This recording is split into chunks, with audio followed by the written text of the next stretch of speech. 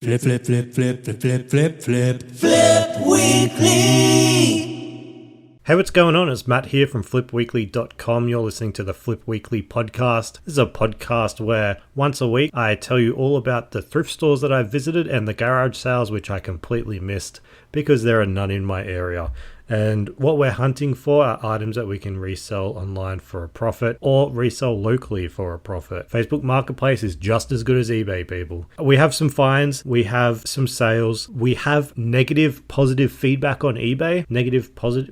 Negative positive feedback on eBay. I'll explain that. I was a naughty boy. I got some negative positive feedback. Entirely my fault. And I'm also going to talk to you about last week's secondhand opinions poll results, which was all about if you can haggle at a thrift store. Don't you just love the name secondhand opinions? Is that punny enough for you? Is that cringe enough for you? And then I'm going to talk to you about this week's second chance. Is it second chance or secondhand opinions? Now I had no fucking idea. I don't even know what the name of the segment is. I'm going to talk to you about that. But first off, let me tell you about why I was a naughty boy. So I sold a DVD for $49.95 on eBay called Rumpholes of the Bailey. No idea what the show's about. I just know that it sells for around $50 if you have the entire collection, which I did. Now, the collection is 15 discs and it's all within the singular plastic case. The plastic case is a tiny bit bigger than a regular DVD, and on each sort of page inside, there's 2 DVDs to a page. They're back to back.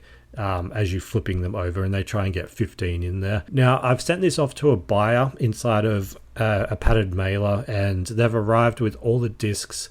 Maybe not all the discs, but a lot of the discs come off their little circular plastic, clicking mechanism. You know how you click DVDs into the plastic circle thing. They've come off them in the post. The buyer is not happy. Well, the buyer wasn't happy. I had listed them on eBay as like new, which was my fault. Whenever I bought these in November 2024, so 6 months ago, I listed them as like new. I don't know why I listed them as like new. I think when I did sell similar, maybe I didn't change it from like new, or I don't know. I just know that now when I list anything where you have to choose the condition, I always underrepresent what it actually is, because buyers can be picky. And the person has sent me a message today saying that it arrived with the discs out of the case, out of their little slots. They also said that there was grease fingerprint marks on the discs. Anyway, they've used this to request a refund, which is all fair. But at the same time, I'm thinking what more could I have done with the discs coming out in the mail? Maybe sticky tape them down inside, but I don't know if you want to be fucking around with that. And the fingerprint on the disc, I mean, it is what it is, but person left me a positive and negative review, and it said basically that the item arrived damaged and not as described. And I was like, whatever. I received the request while I was out, and I read it, and I was like, okay, I cannot be in customer service because the way that I want to respond to this is not the customer's always right.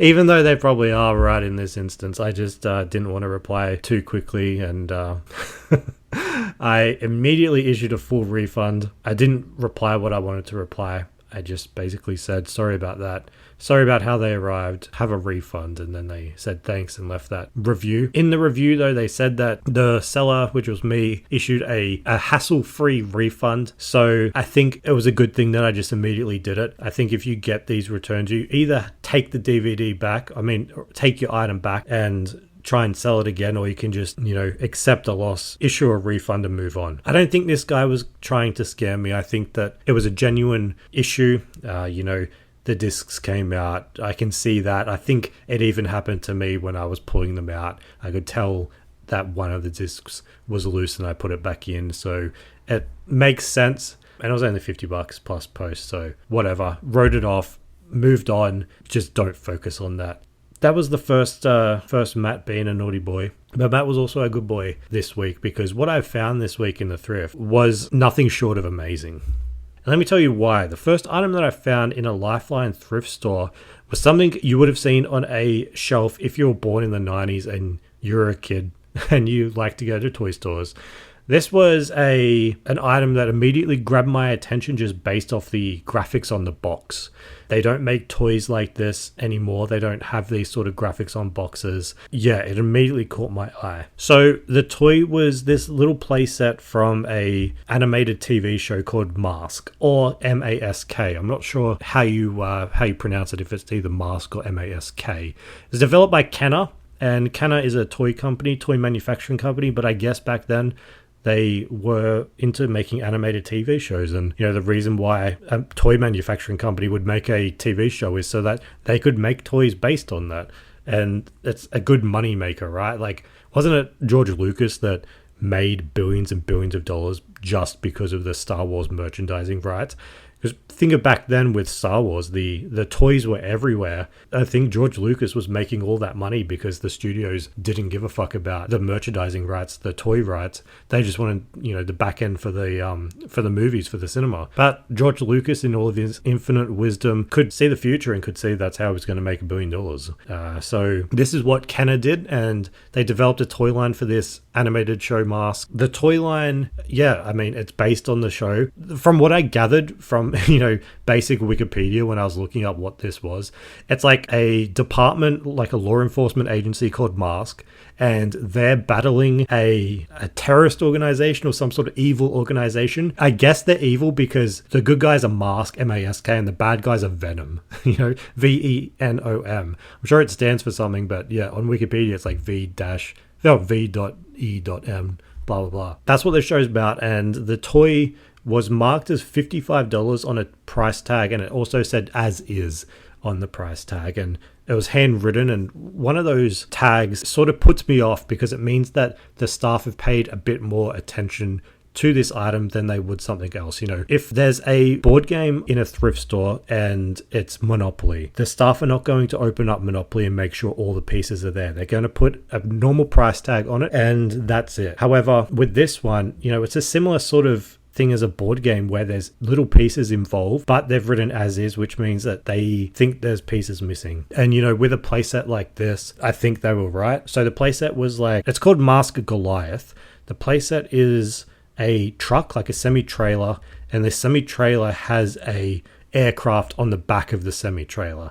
Now, it's sort of like Transformers in a way, where the semi-trailer truck can turn into like a gunship, and the back of the truck can turn into missile launchers. Okay, so that's what it's like. And it came with, it was supposed to come with a couple of action figures and different parts for these two different vehicles. So I did what I don't usually do, and I put it on the ground and I opened it up because I wanted to see how much was in here. I assumed, like I said, that there was missing pieces because they wrote as is. And when I opened it up, I could see that there wasn't two action figures in here. There was one. I could see that there was no aircraft in here. There was only the truck. And, even the little pieces, there was no helmets for the action figures. They were supposed to come with helmets. But looking it all over, I could tell that it was in good condition. And the thing that surprised me the most was the box. Honestly, the box. I was looking at the box and I'm thinking, this is a toy from 1987. Years and years before I was even fucking born. And it's in, to be honest, for that period of time, it's in like mint condition. Yes, there was tiny scuff marks on some of the corners and there was old sticky tape on the side, but it was honestly in amazing condition. So knowing, what I sort of know about old toys and the people that buy them, they buy them to display the boxes and to display the items. And, if they have it in their house, somebody will come along and they'll see it and they'll be like, oh, that's cool. Like, is it complete? And they're like, yeah, it's all in the box.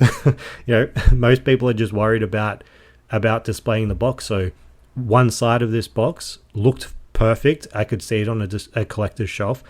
The other side of the box was fine. Literally everything about it was fine. It was just missing a couple of pieces inside. So I bought it and I paid $55. I figured, worst comes to worst, I can part out the inside if I couldn't sell it. I was thinking, this is worth more than $55. On Marketplace, surely I could get 100. On eBay, surely I could get like 150. I can make money from this thing. So I decided to look up comps, and I couldn't believe what I was seeing with the comps. I was looking on eBay at the box. Somebody had sold just the box. It was Mask Goliath box only, and the selling price was more than I expected. It was $128 Australian. And I looked at the condition of this box and it's tattered as fuck. It looks like a box from 1987 in 2025. It looked like it hadn't been taken care of. It looked like it was sitting on someone's garage and, maybe rats got to it at some point and maybe some water damage to the corners. And it also had, red texture all over one side of it. So I don't even think it had like one side of it. I think one side of it was missing. But it sold for $130 and that's just the box. It had no contents. Had nothing. This is one of those things where it goes back to what I was talking about, where collectors, they like to display the artwork from the boxes, and I assume somebody has bought this box just to display it. So like this old collector stuff, you can make money just from boxes. So anyway, I continued looking at comps, and I told you that that the back of the truck could turn into like a missile launcher. Anyway, the contents of the box were supposed to come with 2 missiles, and it did. They were within the box. But just those missiles alone, 2 little red missiles, just picture, old school like missile launcher that you could get in like the 80s, 90s, where you push it in, you press a button and it shoots out like, 3 feet.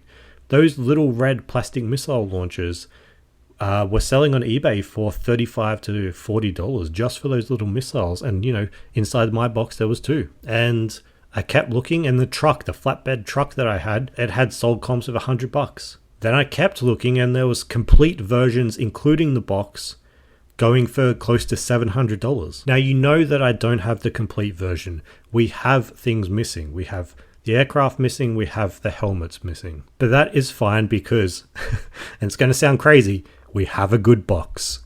We have a good box. That's what's important. So what do I do? How am I going to do this? I'm going to list it up on eBay. I'm going to take a photo of everything outside the box. I'm going to list it as incomplete, but I'm going to market the box. I'm going to say in the description and in the title, it's a mint box. It's in really good condition, the best condition that I've seen around. And by the way, it comes with like a couple of the other like toys that go with it. The thought process is that when you're starting one of these collections, it's easy to find, the bigger stuff, because over time that gets kept. The smaller stuff, gets lost. But the boxes, they also get damaged. So I'm spruiking the fuck out of this box. I'm like, check out this box. Look at this box. And I decide to list it up on eBay, and I put it up for $300. Reminder, I've bought this for $55. Within 1 hour, I had an offer from somebody. Now, the offer was $200.05. And the buyer also sent me a message saying, would you consider this offer because you're missing over half of the contents? And he's also in Australia, which could make it easier, whatever. Getting that offer within an hour and seeing that the listing had 21 views within that hour, I'm thinking, I'm not going to take this because I think something's going to happen literally by this time tomorrow. I had a feeling this was going to get views and going to get attention. It's a vintage 1987 toy with the original box. Box in mint condition, we're harping on this box. The box is everything. And you know what happened next? I woke up the next day. It had sold. It had sold for the full $300 price. I didn't have to accept a best offer. Somebody had bought it. And when I listed this up, I also didn't include free postage. Usually when I'm listing items up, not usually, like every single time, I include free postage as an incentive for somebody to buy and to stand out a bit. But I figured that I have a unique item, a rare item that not many people have. I have the box. I'm not going to offer free postage. So the buyer has had to pay postage too, which I was, happy about because I got to save like, what was it, $14.95. After fees in the post, I'm going to net $193.05, which I thought was pretty good, within 24 hours. It was maybe 8 hours. It wasn't a very long time. It made me think maybe I listed it too low, but I was checking out other comps on eBay and it was around that price, and I also didn't have every single item inside, so I couldn't list it as complete. But I still had, some questions. I was still intrigued about this, so I decided to send them a message to the buyer, who was based in Australia, and just ask him a few questions, mostly about like just to validate my thoughts on, did you buy this because of the box? Did you buy it because it was in Australia, etc.? So I've sent him a message and I asked, why did you purchase this item and have you been looking for a while? And his reply was that he didn't have this set yet. In terms of if he was looking at it for a while, he said yes and no. He said that he collected masks, among other things, but he wasn't specifically looking for this one. However, and here we go, this is what he said, and I quote, however, box was in good condition and was local. So this person hasn't mentioned anything else about this item besides box was in good condition. Validates what I was thinking, that the box was fucking everything. Like, to spruik this box, to put this box front and center was a good idea because that's what this person seemingly bought it for. And I asked him also if he was tempted to buy from the US because there were a couple, when I say a couple, I mean like one or two, of similar listings where they had the box wasn't in as good as condition, and I just wanted to know if he was ever tempted to buy it from the US. But he said, okay, I'm going to read it verbatim. He said, often if it's something specific I want, but the shipping costs and taxes have increased significantly, as well as the unfavorable exchange rate over the last 5 years.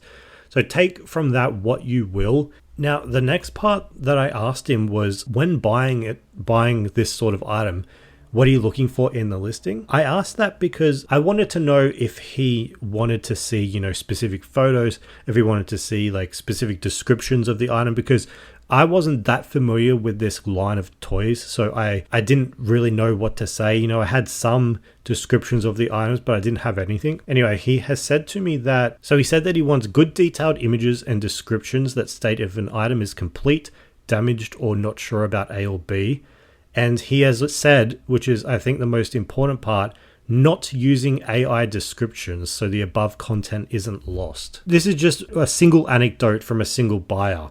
They don't want to see AI descriptions. And to be honest, I don't blame them, because if I'm ever buying something off eBay, and I don't buy that much off eBay. If I'm ever buying something on eBay, if I see the AI description, I immediately, I don't give a fuck about it.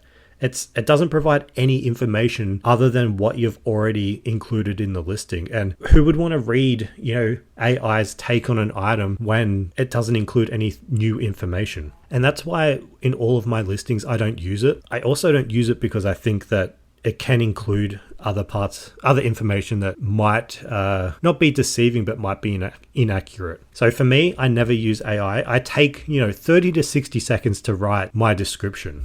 And I think buyers appreciate that. And I think, having anything there that isn't AI is 10 times better than the AI description. So for my descriptions, it's usually just 3 paragraphs, but they're short paragraphs. I don't use a template. I usually just write it. I'm a quick typer, so I can get this out fast, but I usually end it with, if you have any questions, please message me before purchasing. And I'm also happy to send more photos.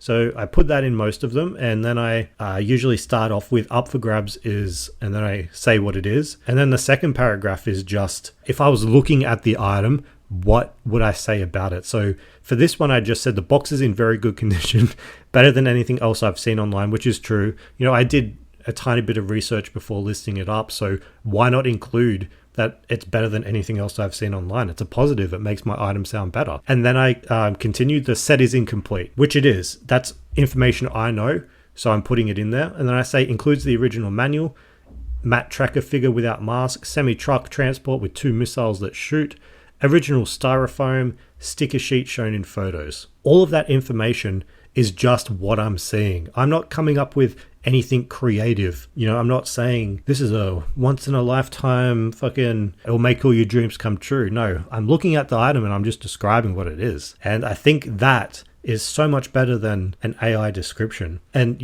for this buyer to say that he doesn't want an AI description, for him to even say that makes me think that people don't like it. And I mean, I don't like it. So that's 2 people. If nobody writes in saying they like AI, then that's 2-0. So non-AI wins.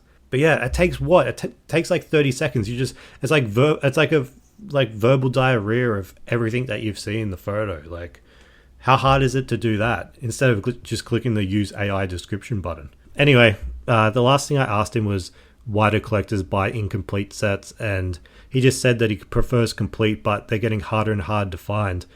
So, if you have something that's rare and it's incomplete, you can still list it up, because as time goes by, these things are getting harder and harder to find.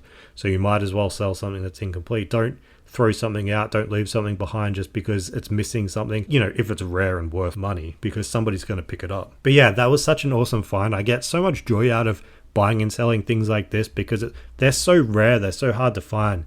I'd rather sell this than like a pair of jeans, The $190 profit is just the cherry on top. But yeah, I got a lot of satisfaction from selling this, and it was out the door within 24 hours. And it was just something that you probably won't find too much in a thrift store, an 80's toy incomplete in box, but boxed in such good condition. But yeah, they listed it for $55 in the thrift store. I'm assuming because they opened it up and they realized that there was, not everything was in there. But fortunately for us, they didn't realize that the box was the gold mine. So all power to this fucking box. Really, really cool find, really cool sale too. And thank you to that buyer for answering my questions. Next is something that can easily be passed over as junk, can easily be passed over as a plush toy that nobody, would want to spend any money on, to be honest. They don't look that great. They're $3 each, and they caught my attention because they looked like little aliens. And, I've had good luck before when I'm buying plush for anything that looks sort of different, sort of alien-y, sort of, like it's a character that belongs to a certain brand. I also have had luck with Ben 10 in the past. Ben 10 was an animated television show about a kid named Ben, and Ben could transform into 10 different aliens. Hence the name Ben 10. Never seen it before. I've only recently learned that that's what the show's about. But yeah, I found these two plush toys. They look like aliens. One's a green alien, one's a blue alien. They're regular plush sized. The green alien has some shit coming out of his mouth. It looks like he's vomiting up like seaweed. And the blue one just looks like your stereotypical blue alien, with funny eyes, and he has some wings. So I found these two. I looked at their tags after seeing, aliens, what are they? I could see the Cartoon Network logo, and I'm pretty sure that, Ben 10 is Cartoon Network. I was actually surprised that Ben 10 only ran for like 3 seasons or something. It ran for 47 episodes. You would think was more just based on how much Ben 10 shit that you see around. Sleeping Bag or Duna cover or anything Ben 10. But I found these plush toys and they're $3 each. I did a comp on them. Some Ben 10 is worthless, some Ben 10 isn't. Flashback to last November's garage sale trail. I was there with my sister and we found these two Ben 10 action figures in the box for $5 each, and I listed mine up on eBay for $100 and it sold almost instantly. There is money to be made in this television show. My sister, of course, only did marketplace and refused to ship the item, so it never sold. But I looked these up and there was a comp for the alien that's vomiting seaweed and it sold for $51, and in the title there was the word rare. So I'm thinking, okay, that's a good sign. And I look up the blue guy and I couldn't find a single comp for the blue alien guy, but I look up his name. His name was Big Chill. By the way, the vomiting guy's name's Upchuck, so sort of a relevant name for him. But yeah, Big Chill from Ben 10, the blue alien with wings. He, as an action figure, can sell for like over $500 with the wings. Some of them are missing the wings and they sell for $400. This Ben 10 shit is legit, I tell you. And if you eBay the words Ben 10 Big Chill, you will see action figures of this guy for over $1,000 with like 36 people watching them. It is insane. I think he must be like the rarer guy from the television show, or maybe he's like the main villain, or maybe he's like the main one that Ben 10 turns into. By the way, his last name isn't 10, right? Like, it's not. I just called him Ben 10. His name would just be Ben, and he transforms into 10 aliens. Yeah. So his name is just Ben. Yeah. Maybe this is one of the aliens that Ben it feels weird calling him Ben like I know the bloke. So anyway, yeah, Ben 10, big chill, fucking alien looking motherfucker. You look, oh my god. I don't know, my brain honestly isn't working. He looks like an alien because he's an alien. But anyway, I listed these guys up for a combined $100, $99.95, just because I couldn't find any comps for Big Chill, and I thought if one sells for 50 and there's not many active listings, then I can make $100. And to my surprise, it took less than 24 hours for this to sell. It was sold on a weekend and it was bound for America, but before the post office could open on the Monday, the buyer cancelled, saying that they wouldn't arrive in time, as if they didn't know that beforehand. And you know, because of this, it sort of raised my excitement about it. This is sold in less than 24 hours. For $100, somebody from America was willing to spend like $30 post plus tax on top of that. Maybe I listed it too low. So I was like, fuck it.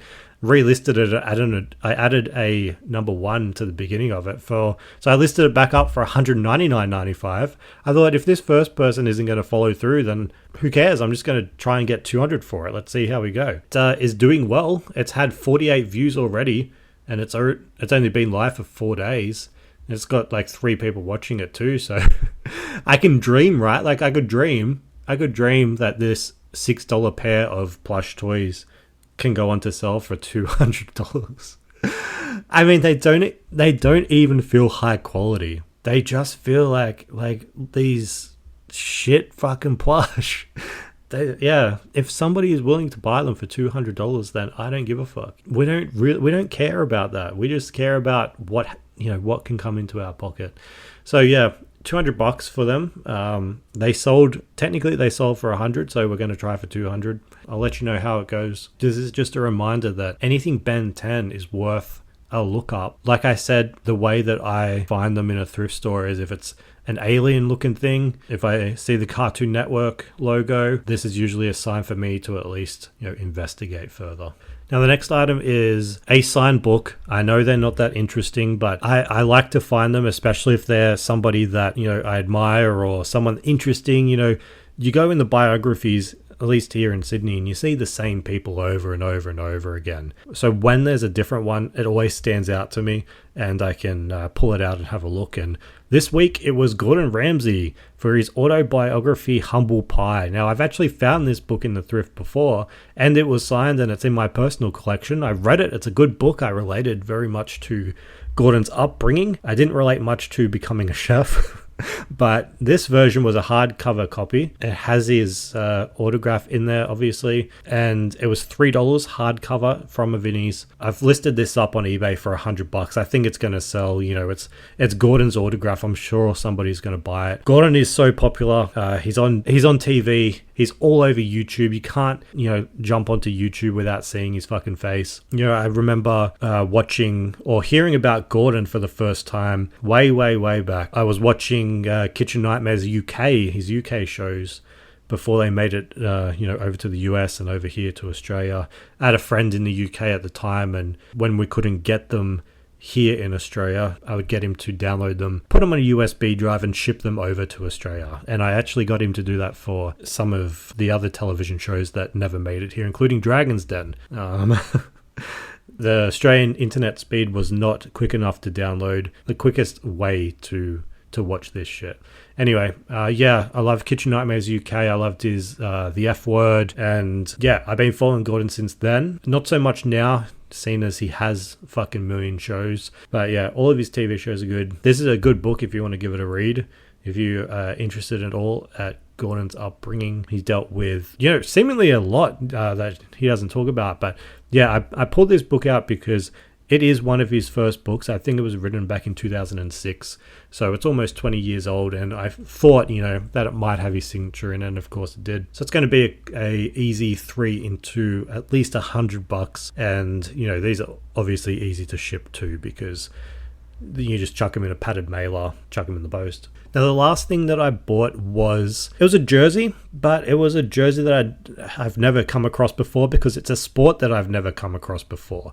And the sport is the AIHL, which stands for the Australian Ice Hockey League. Now, this is a big surprise to me, because I didn't really know that we had an ice hockey league here in Australia, because Australia is fucking hot most of the time. We don't really get snow. I mean, we get snow, but in very specific locations. I've never been to the snow here in Australia. They say that it snows. I'm just going to have to believe them. I mean, I do know that we have ice hockey rinks, but I just didn't know that they actually, played competitively. But yeah, there's a couple of Sydney teams.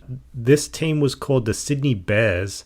And funny thing about the Sydney Bears is that the ice hockey rink here in Sydney is undergoing maintenance. So I looked it up, and this team apparently couldn't find any other ice hockey rink to play in. So they've had to abandon the season. They can't play because the one ice hockey rink here is out of commission. I mean, it fucking sucks for them, but you could not find a single other ice hockey skating rink. Do we not have that many? Do we have more than one? I literally know the ice hockey rink they're talking about. It is maybe 10 minutes away from me. I've seen it before because it's in a major shopping center, and you're going through the food court and you're looking out the window and you're like, wait a second, is that a fucking ice hockey rink just below here? You can see the people skating. If you grab KFC and sit down in the food court, you can look out the window and see people skating. You're like, wait a second, is that meant to be there? Anyway, I found these two jerseys. They were $12 each, but I had to make a decision. Now, decision was based on quality. Okay, picture you have two jerseys, one in the left hand, one in the right hand. You're holding them. Now, one of them is heavier, usually indicates better quality. If you take a look at them, and I've included photos of these in the Flip Weekly newsletter, flipweekly.com. One of them is printed on. You can see the Sydney Bears logo on it. You can see, AIHL, the name of the sport. It's a long sleeve, but yeah, everything's printed on.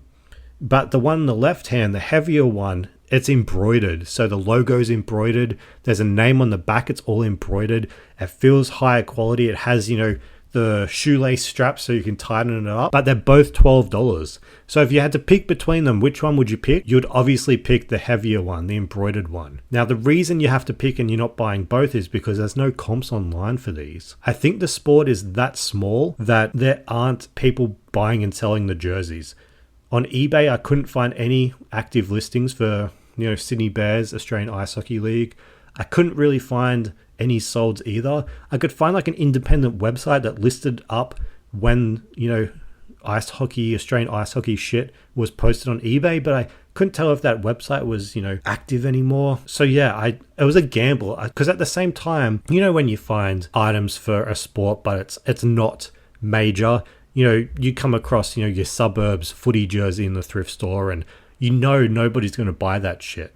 So I didn't know whether or not this Australian Ice Hockey League jersey was going to fall into that category. It's not that much money, $12, but yeah, I just didn't know whether it was going to fall into a jersey no one cared about, or if it was mainstream enough like our other sports here in Australia, AFL, NRL, etc. So I've put it up on eBay for $99.95, just $100, see how we go. Done pretty well. On eBay, it's got 27 views and 6 people watching it in just a few days. And on Marketplace, I put it up for $50 and we've had 50 clicks and 3 watches, and somebody's meant to be coming on Friday to buy it. They seem keen too.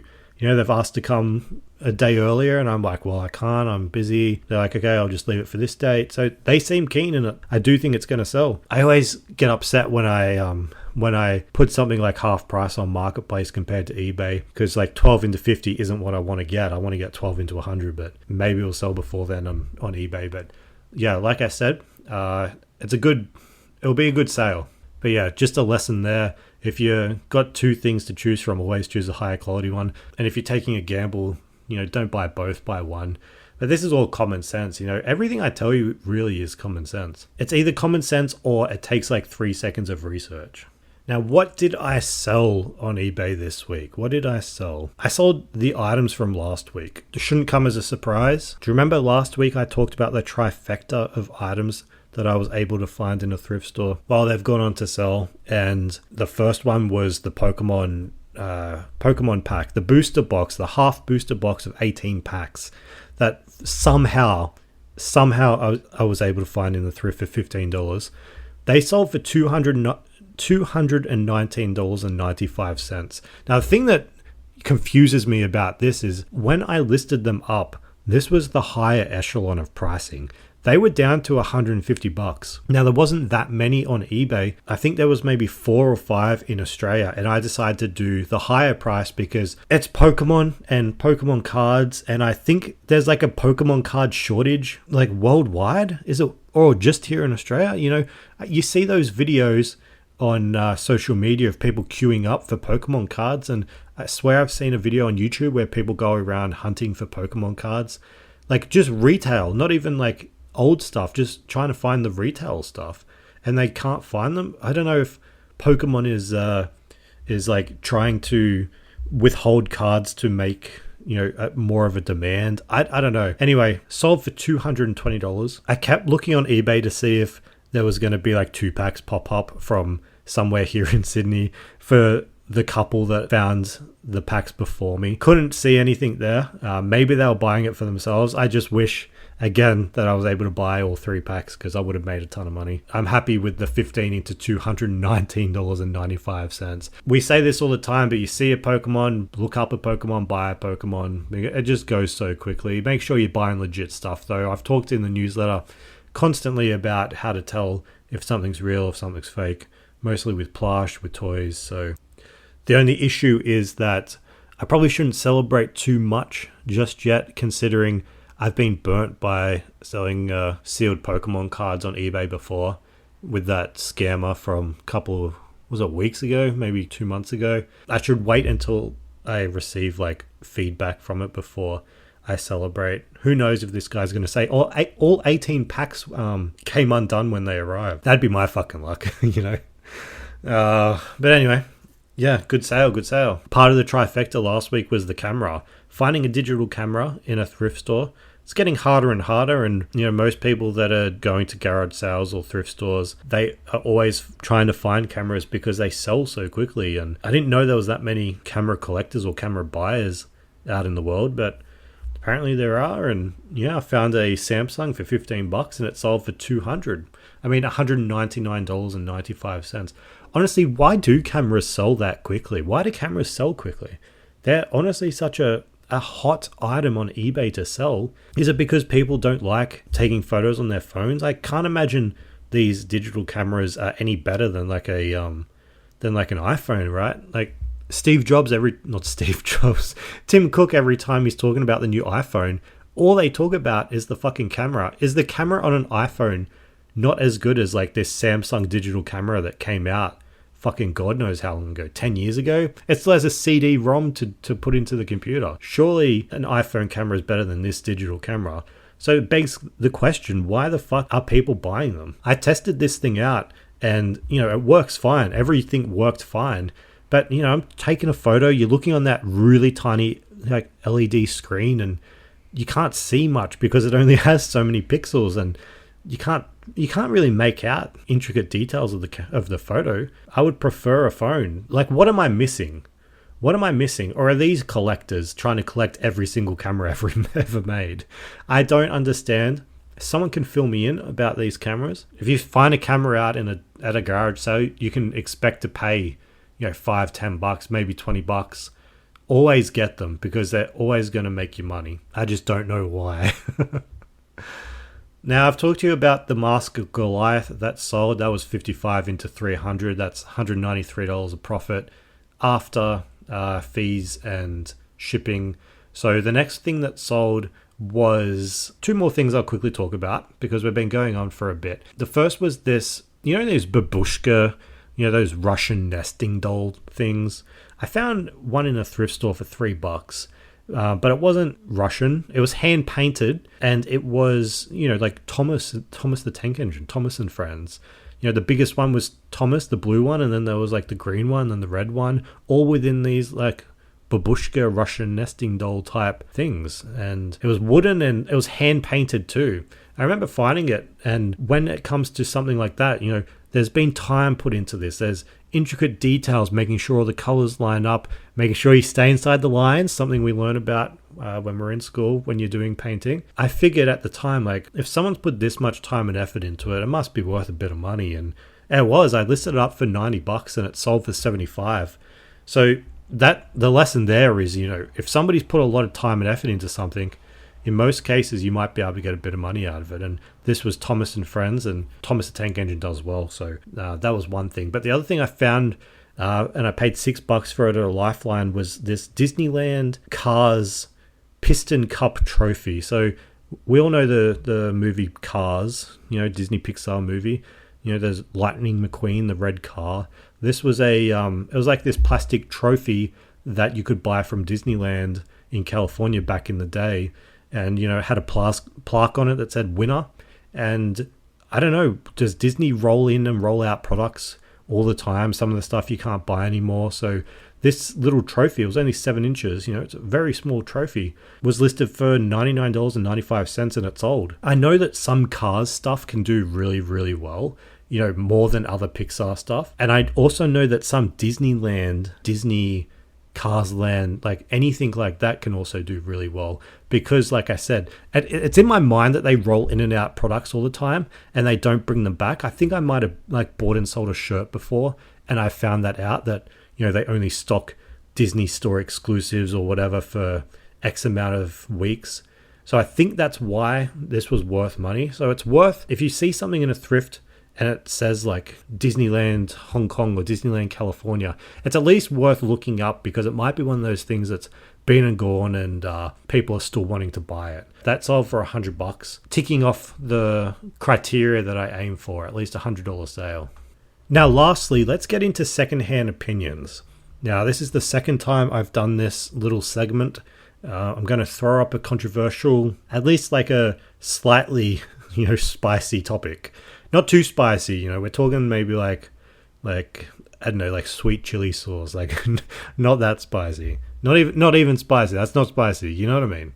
I'm going to tell you my thoughts on it, and then you're going to, you can either reply, you can leave a comment, you can go on the newsletter, flipweekly.com, and vote in the poll. It's what we did last time. And last week I asked you if it was okay to haggle at a thrift store. For me personally, I said no. I thought that prices in there, they're set, and the people at the cash register are not salesmen or saleswomen. They're volunteers or they're employees, and you probably shouldn't be haggling with them. So the results of that poll was that is it okay to haggle? No. That's what the poll says. No wins with 80% of the vote. So there's 20% of you that think that you can haggle with a volunteer non-salesperson at the cash register. But good to see that 80% of you say that no, you probably shouldn't haggle with somebody there. Now for this week's topic, I think it might be a bit a bit divisive. The topic is, should you clean items before selling them? Now, there's going to be two camps on this. There's going to be people like me that are very fucking lazy, and there's going to be other people that want to clean an item, make it presentable, try and get maximum amount of money. Even though I just described one side being lazy like me, I do think I fall somewhere in the middle, because in a way it's like a good representation of me as a person. Like, I am to a degree quite lazy in terms of cleaning at my home. I do it regularly, but I wouldn't exactly call it a deep clean. I don't get on my hands and knees. I don't do a deep clean like that. But I do clean the items that I sell. I wouldn't call it, like extremely thorough. With that said, I'm not going to sell like a t-shirt that has like a disgusting stain on it. I'm going to, when I get those sort of items, I soak them overnight. I use like a stain remover. I chuck it in the wash. I dry it out, and then I see how it is afterwards. Now, that can sound like a lot, but really it is just me being lazy, because what am I actually doing there? I'm putting it in a sink and letting it soak, and then the washing machine is doing all the work. So it's like minimal effort laziness, but while also making sure it's like presentable. When it comes to like for example, that Kenner toy that I just saw, the 1987 toy, had some dust on it. I'm giving it a little wipe, but I'm not going in with like a cotton bud. I'm not going in with a Q-tip and like getting rid of it all, mostly because I think that the buyer isn't going to care, or the buyer will do it themselves. So for me, I think it really depends on the item, and I think it's going to sell with or without a clean. A t-shirt with a disgusting stain is not going to sell unless it's highly, highly, highly, highly desirable. And I mean, we're not going to find those. We only find shit, And this has sort of happened to me before where, an anecdote of my own, I had a jersey and I had a stain on the front of it, and I listed it up saying, it has a stain. I also took a photo. Very, very small stain, it was like a cotton bud size stain. And I did that because I thought it was going to sell quickly because, jerseys usually sell quickly for me. But it didn't. It just sat there for like a couple of weeks. And I thought, it doesn't take much. All I have to do is soak this, wash it, dry it, take another photo, and then I can remove the word stain from my description. I can remove the photo of the stain, and it can go up on the market again. So I did that, and what do you know? It sold like 3 days later. I think if you're able to clean something so that you can remove a negative from the listing, then you should do that, because anything negative in your listing is going to negatively affect the sell-through rate. So yeah, if that's within your power, I think you should do that. The question really that I'm posing to you, should you clean items before selling them? Maybe you have a moral argument for doing it. Maybe you have a rule within your eBay business that everything gets cleaned before putting it up. Or maybe you run such a tight ship that you're going from like one item to the next. You don't have time to clean it, and that's that. Let me know in the comments. You can reply, you can send an email, or you can vote in the poll on the newsletter at flipweekly.com. Now that's all I've got for you this week. Make sure you jump onto social media. We're going to be putting up some videos on TikTok, Instagram, YouTube of the finds that I had this week. And yeah, make sure to leave comments, reviews, rate this podcast if it's a 5, and love to hear from you. Thanks again for listening. I'll see you again next week. Flip, flip, flip, flip, flip, flip, flip, flip, Flip Weekly.